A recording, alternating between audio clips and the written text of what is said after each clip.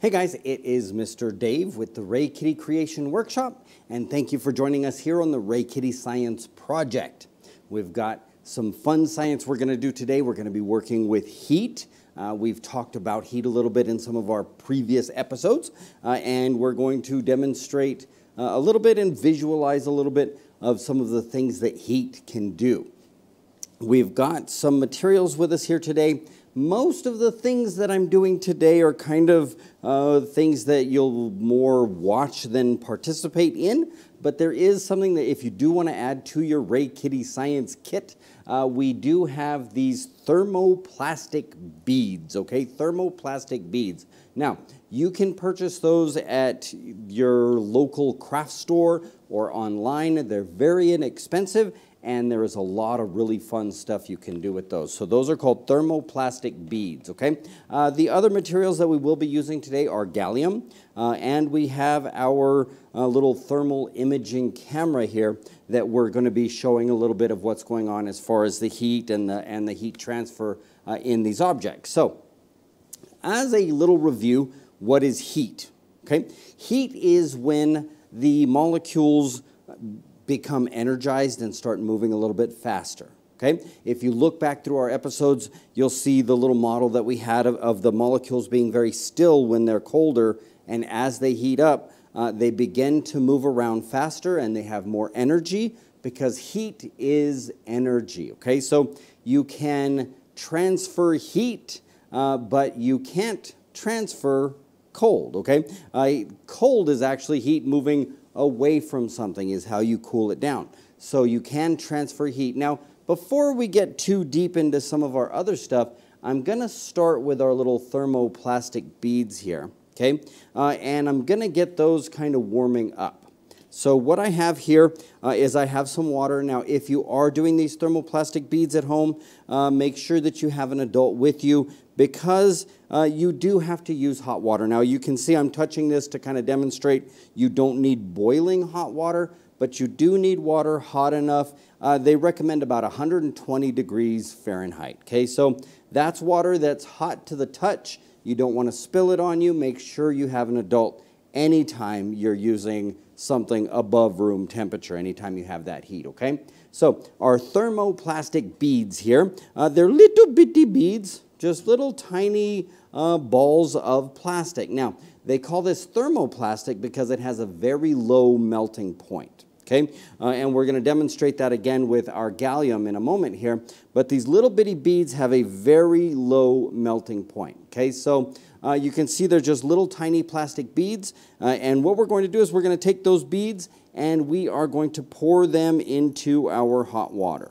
Okay, now we're doing this ahead of time, and we'll get into some of our other concepts while this is in here. But you may notice already those beads starting to change, okay? They're going from that dark white, but that solid white color to a nice crystal clear color here. You can see this happening in this hot water, okay? So we're going to set that down for just a second, let those beads warm up. They're going to be, I'm going to scooch them to the side just a little bit. But those beads are going to be warming up, and we're going to be doing some fun stuff with these beads in just a second. Now, we're going to get to our camera next, okay, so we can kind of be explaining some of these concepts. What I have here is a thermal imaging camera, okay? Now, what this little guy can see is different than what we see, okay? This actually sees a lot like a vampire bat would see, okay, which is an interesting concept. If you look up vampire bats, I'm a New Mexican, so this is a fun little concept about the vampire bats. Now, if you look on our image there, you can see some of our awesome folks working the camera over there. Hello, yeah, and you can see the heat as the electrical equipment radiates heat. But you can see a lot of things on this camera here. We'll kind of glance around the studio a little bit. And then you come over here and you see our thermoplastic beads. Now, that bright yellow color means that it's very hot, okay? And so the brighter colors on this camera are actually going to be the brighter or the hotter colors or the items that are radiating more heat, okay? So what we're going to do on this camera here is I am going to put my face on the camera. There's my face. Now you can see that my hair does not show up very well on the camera, but that's because it doesn't show up very well on the other camera either.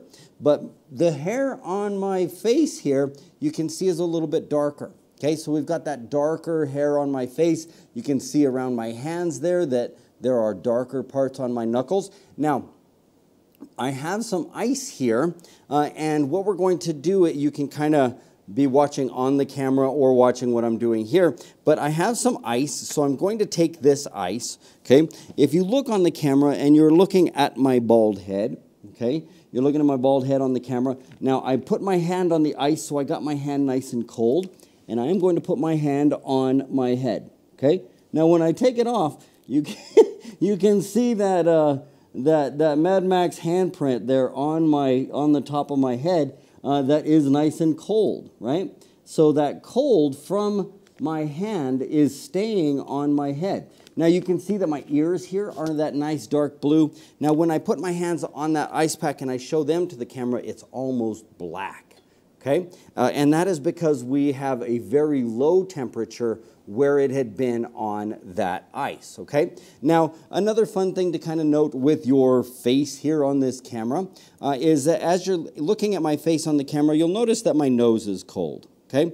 Normally on humans, you don't have a whole lot of blood flow to that nose there, so it's cold, just like your ear, okay? And if you'll notice something, look in my nostrils. Now, normally if somebody says, hey, look in my nostrils, tell them no. But this time, let's check it out. What happens when I inhale? Did you see my nostrils get dark? And then as I exhale, yeah, all that nice hot breath there. Now, this camera is sensitive enough that it can notice those changes in temperature by the air moving. So that air moving around has shown on this camera that my face has hotter spots and cooler spots, okay? So this thermal imaging camera, I'm just gonna have it kind of sitting there to the side. We will show some of these things on there. These are those beads, okay, that are nice and hot in there. And I've got another material. Well, let's go ahead and do those beads first, and then we'll move over to the other material because our beads are ready, so we may as well. Now, I'm going to move this camera here just so where you can kind of see what's going on with our beads as we're doing it. And I'll use this as my little sandbag there. There you go. And I'm going to pull these beads out, and we're going to see what has happened with our little thermoplastic beads. Now, as I said, these things are a lot of fun. There is a lot that you can do with them. We at the RayKitty household, we do some cosplay and those kind of things, and these are great for that because I'm going to pour the water out. Okay, I'll bring my little bucket over here. You can see on the camera that at the bottom of my bucket, there is cold. That's because there's ice in this bucket, right? So you can see that nice cold bottom of the bucket. So I'm going to pour the hot water into the bucket, okay? And as I do, when you see on that camera there, you can see where that water is touching the bucket and heating up the bucket, right? So we have that hot spot happening on that bucket there, and you'll actually be able to watch that cool as it's sitting there. Now, these little plastic beads, this thermoplastic is some fun stuff because you can mold it, you can build with it. As I said, we use it in making costumes, but you can use it in making all kinds of different creations with this thermoplastic. So now I've got this little ball of goop here, and I will put it in front of the camera. We'll see that it's pretty warm, but it's getting cooler on some of the outside spots there. But this, even though it's nice and clear, okay, I can see through it here, right? When I'm looking at the camera, I can see through this stuff, even though it's clear. But when we pull it up to the camera, you'll notice that even though we can see through it, the camera sees nothing but the heat, right? So it blocks off all of the rays or of the waves that are on our visual level and gives us that nice heat, okay? So here's our bucket cooling down again. So this thermoplastic, you can mold it. This is the fun stuff to do at home. If you have little molds, they can be cookie cutters, they can be molds for making resin or different things like that. And you can press this stuff into the molds and you can make pretty much all kinds of fun stuff with this. So what we have here is as it's beginning to cool, it's beginning to solidify. So I'm going to bring it back in front of our little camera here.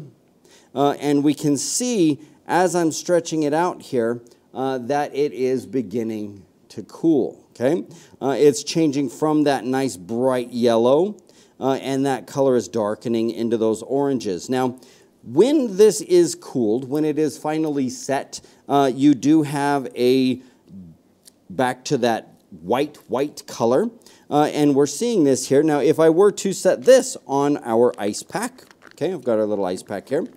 So I set this on our ice pack and I pick it up. You're going to notice that you've got those cold spots, but they are going to start warming up. Now, that was what I was talking about, the transfer of heat, okay?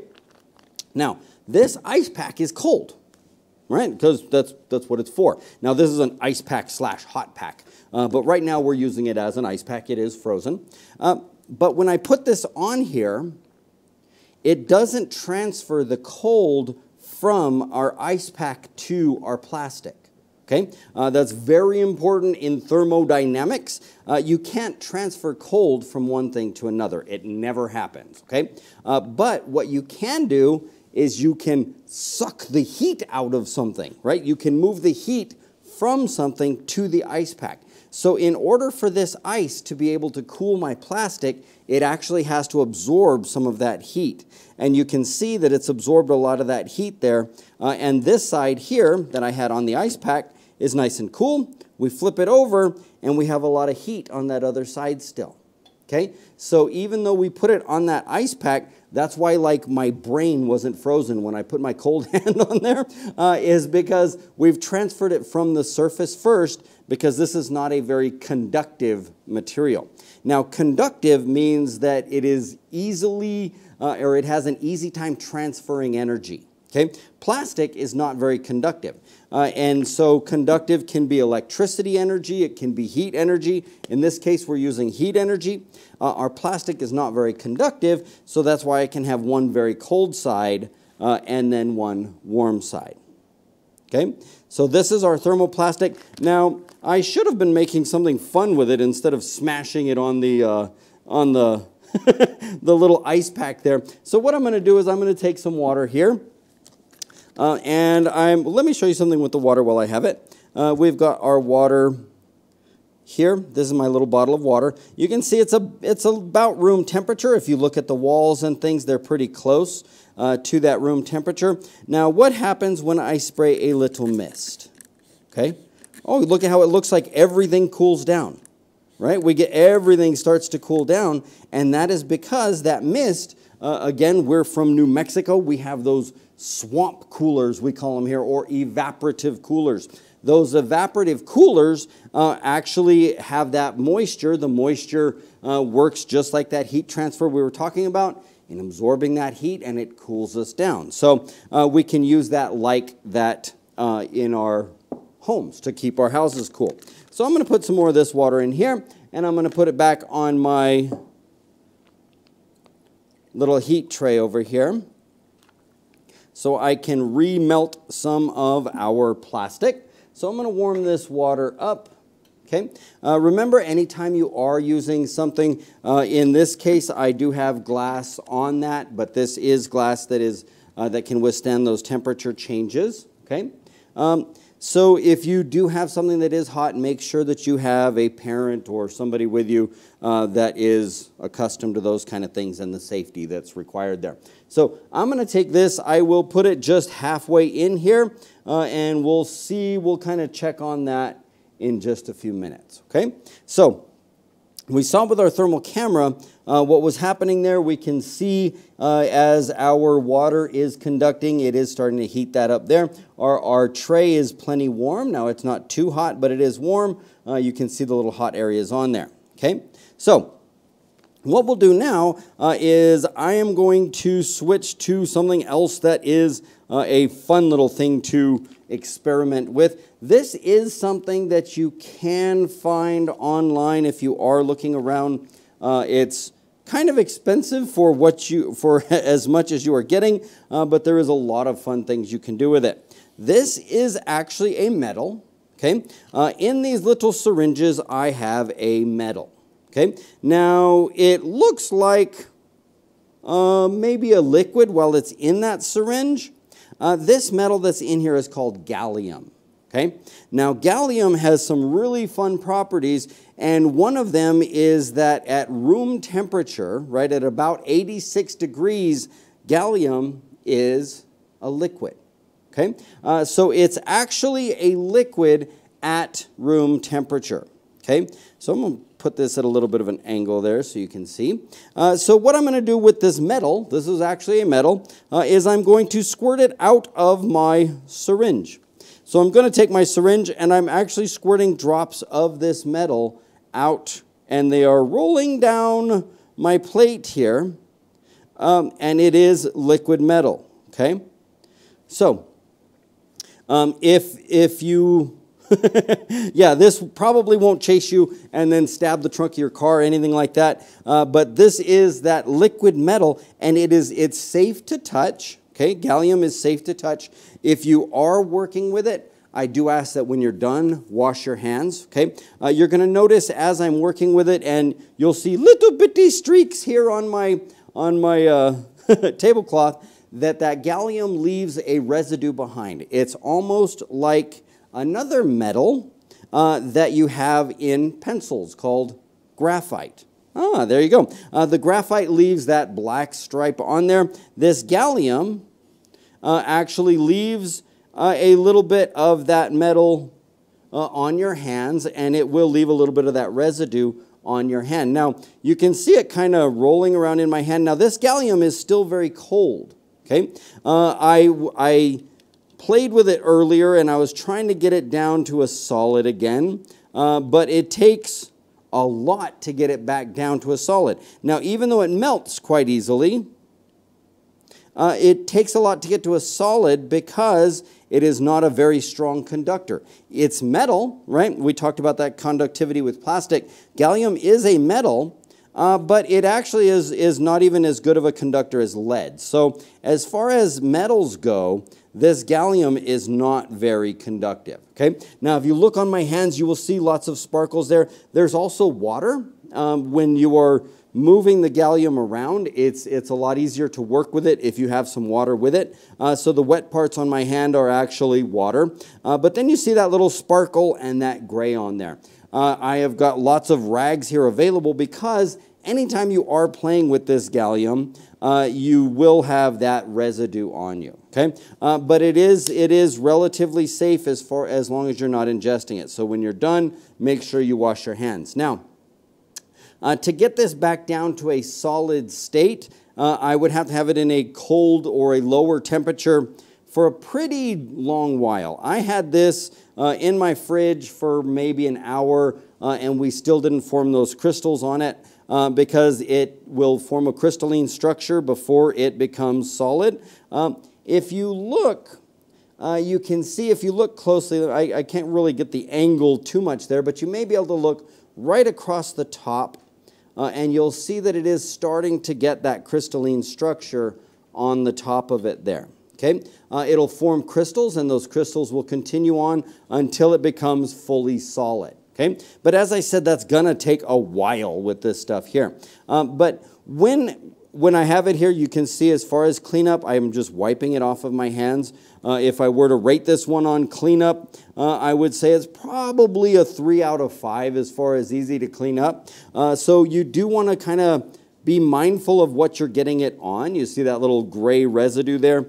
This gallium is a lot of fun, and there is a lot of fun things you can do with it. You can pour it into a mold, put it in that mold, leave it for a good while, and it will form into a solid again. When you're playing with it with your hands, it's got a very strange kind of sensation to it because it acts like a very, very viscous, but a very not viscous liquid all at the same time. So there's some very strange sensations to playing with it. But you'll notice here, when I get the nice thin layers of that gallium, okay, where it's nice and thin. This plate here, beforehand, I got this plate nice and cold, so this plate would go ahead and freeze it, but this is beginning to solidify. So our gallium is beginning to become a solid again, and it is solid metal because it has dropped below that 86 degrees. So our metal did drop below that 86, and we are getting this nice kind of pattern that looks like Earth from space or some kind of thing like that. Now, when you watch this, the solid gallium, okay, because the way those molecules are aligned, that solid gallium wants to gather or collect the liquid gallium. Okay, so it wants to bond to it. That's what keeps it, even though it is in that liquid form. That's why it has such a strong surface tension. We'll do a whole bunch on surface tension later, but that's why it has a strong surface tension. We get that nice rounded shape on it as it's moving around, is because it really wants to bond. Now, we saw how this was already solid, but once that liquid comes into contact with it, then we start to get that liquefaction, and then on the adverse, we are getting our solidification. So it starts to bond with itself and turn into the other. Okay, so whether it's with a solid or with a liquid, it's going to want to be with its friends. Okay, it wants to just be like everything else around it. So this gallium, even though it is molten metal, it is melted metal, we can look at it with our thermal vision here and see that even though this is a melted metal, it's not very warm, right? We have some almost black spots there. And then in contrast, we have some warmer spots, and that is where it would come in contact with my hand. Okay, so we do have some warmer spots on that gallium, but we can see that that stuff is very cool for being a molten or liquefied metal. Okay, so this is a liquefied metal. All right, so we'll see over here if our plastics have started with the remelting. And yep, we've got some nice gooey yuck on the bottom here. You can see it on our camera there, on our thermal imaging, that we have started to liquefy some of this plastic here. So the fun thing that I was going to show you about that is you heat it back up and you can use it again. So this, once you get these beads here, even when you've turned them into something, you can throw them right back into that warm water, and you can remelt and you can replay with these again. So you'll notice the lack of that heat exchange, because we have this one here, our molten stuff is pretty warm. This stuff here, not as warm. We have some dark spots there that are from that cooling, and so that conductivity, right, has shown that it really does not conduct it very fast or very easily. Okay, so what we have here as far as materials today we have our gallium. Okay, our gallium, as I said, is something that's a little harder to get a hold of, and it is more difficult to store. There are things that you have to take into account when you are storing gallium. Gallium reacts strongly with aluminum, so you can make some fun sculptures with that, but make sure you have someone who kind of understands some of those chemical properties and things before you do that. We have our thermoplastic beads, and we have our camera here, which is our thermal imaging camera. Now, this camera here, again, is something you can purchase. They're kind of pricey, and be careful if you're shopping for thermal cameras on the internet or that app on your phone that says it's a thermal camera. They're really not. They're filters for your camera. But we've proven that this one is not a filter. This one is the actual camera, okay? So that's all we've got as far as heat today. Remember, heat can transfer from something to something, but you can't transfer cold, okay? All right, so that is it for our science today. Thank you. I am Mr. Dave with the RayKitty Creation Workshop. You can check us out at RayKitty.com. We do have a lot of kind of things that we're starting to build there, and you'll be able to check these out on the TV and on the website, and we'll have all the information there. All right, thank you. And you are watching the RayKitty Science Project. And remember, science shows you matter. I